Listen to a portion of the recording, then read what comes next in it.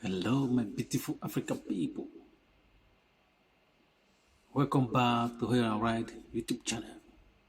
Today, we are talking about the current situation between Zimbabwean government and the U.S. government, which Sleepy Joe is at the top. Zimbabwe have hit back after the U.S. placed sanctions, lots of sanctions on their government officials. So they hit the U.S. back by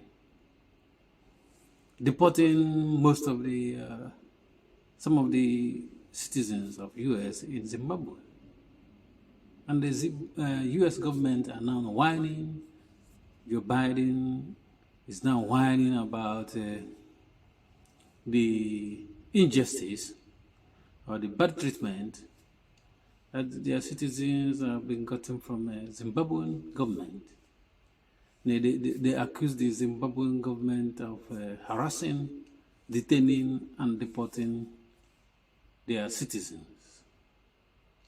And they claim that most of the citizens are aid workers. They are there to help the people of Zimbabwe, which they claim are suffering untold hardship. And they said as well that some of those aid workers are there to help foster democracy and the rule of law in the country. But the Zimbabwean government are not buying into this. They are doing what they want to do.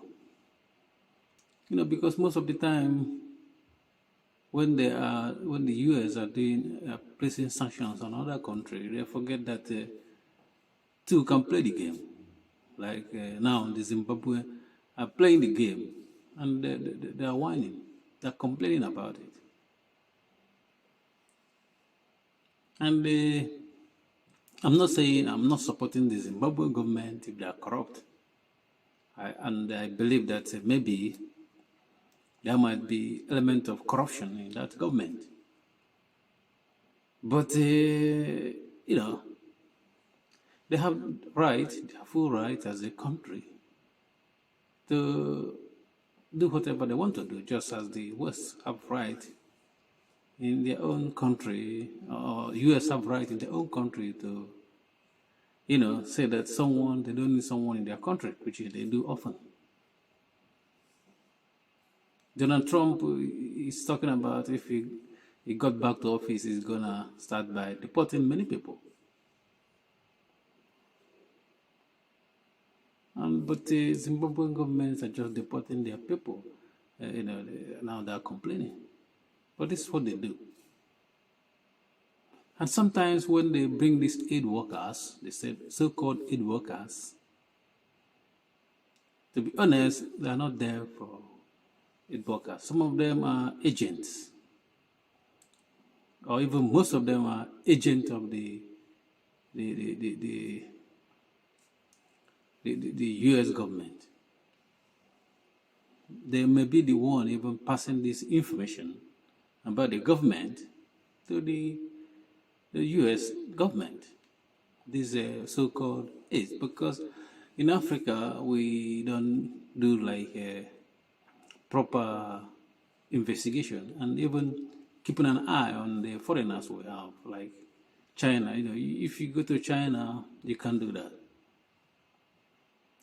I don't think even the China will allow you to come to their country as aids worker.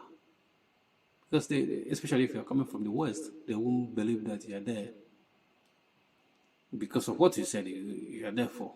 Maybe you're an agent of the secret forces. U.S. have a lot of agents scattered all over the world. And some of those so-called aid workers must be agents of the U.S. government. And that's why they are whining and complaining about this retaliation from Zimbabwean government. They are taking their stand and say, no, if you ban their official from coming to your country, and they think that you are doing it to punish them, they're telling you they can, punish your people as well. Is now tit for tat. That's what the Zimbabwe government are doing now.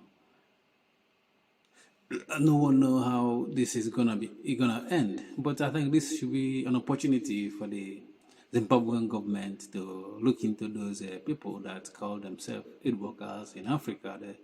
They're thinking they want to help Africa because Africa are poor. Because by the end of the day, Africa are poor, mostly not because of our own making, but because of our the high power, mostly our colonial masters. They said they have gotten independent, but most of us have not gotten. Most of the African countries have not gotten independent. Some of them are still controlled by the colonial masters up to today. And sometimes you know their tactics. Those the West, how the taxes they use. If they don't have their way in the government, if they don't have someone in the government in Africa or in leadership in Africa that represent their interests, sometimes they will start to foment trouble for them. And that's what the Zimbabwean government are accusing the US of. I don't know whether it's true or not. I'm not going to say whether it's true or not, but you have to listen to both sides, because sometimes, some of us are being brainwashed by the West, Anytime they say something, we think, what they're saying is true, but sometimes it's not, because history has shown a lot of time when they put out propaganda that are not true. One example is when the US invaded. George Bush said that the Saddam Hussein has a nuclear weapon. And they bring out this propaganda then, and some of us believe that Saddam has a nuclear weapon. But by the end of the day, when they went and invaded Iraq, and they found out that this man doesn't have a nuclear weapon. But most of the time they don't. If your country, that's why in Africa we have natural resources, and we know the West need natural resources for them to maintain their civilization. But Africa have not even gotten civilization yet. But the West have gotten it, and they just want to keep it running, keep it moving. But Africa have not gotten it. We are yet to get there. And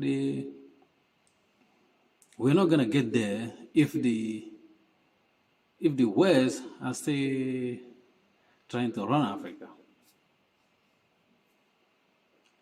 I mean, if it's true that if US are serious about Zimbabwe, and it's true that those government officials have some houses in the US, which now they say they're gonna, maybe sell what they should do, number one, to sell those houses, because these people that you're allowed to buy houses in US, this is just embezzlement. They should sell those houses if they're serious in helping the poor Africans.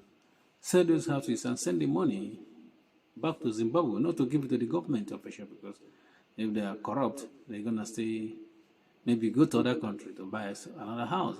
They should go give it to the people of Zimbabwe if they are serious in fighting corruption in Africa. But sometimes we know their interest is first. So I hope that